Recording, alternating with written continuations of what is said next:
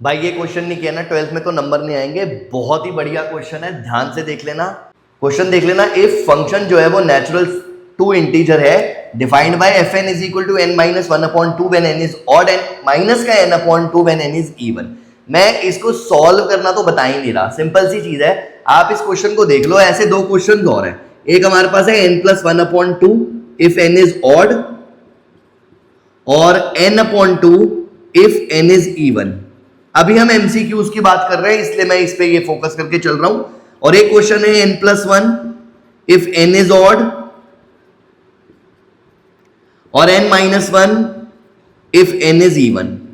यानी कि दो क्वेश्चन हमारे फ्रैक्शन में दिए हुए हैं और दो क्वेश्चन हमारे, एक क्वेश्चन जो है हमारा बिना फ्रैक्शन के इस तरह से दिया हुआ है। तो ध्यान रख लेना, एक शॉर्टकट के पॉइंट ऑफ व्यू से ये वाला क्वेश्चन जो है वन वन ऑन टू होता है, ये वाला क्वेश्चन जो है सिर्फ ऑन टू होता है और मैनी वन होता है, मैनी वन ऑन टू होता है। और ये वाला क्वेश्चन जो है वो बाइजेक्टिव मैप होता है, यानी बाइजेक्शन होता है, ये ध्यान रखना।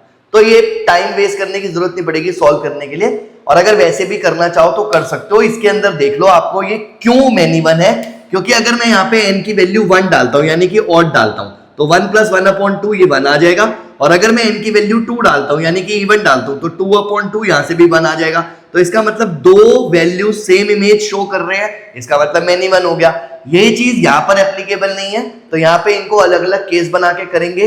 इफ n इज ऑड तो अगली सिचुएशन अगर मैं लगाऊंगा x minus one upon two is equal to Y minus one upon two, तो देखो यहाँ से x की वैल्यू y आ रही है तो 1 1 हो गया। तो यहाँ पे इस तरीके से सॉल्व किया जाएगा अगर ये 2 नंबर 3 नंबर या 5 नंबर में आता है। एमसीक्यू के पॉइंट ऑफ व्यू से क्वेश्चन को याद रख लेना बहुत इंपॉर्टेंट होता है। क्वेश्चन देख लो, यहाँ पर सिमिलर क्वेश्चन है तीनों के तीनों, लेकिन तीनों के अंदर मैंने बता दिया कि अलग अलग आंसर आता है, तो ऐसे याद कर लोगे तो ज्यादा बेटर रहेगा।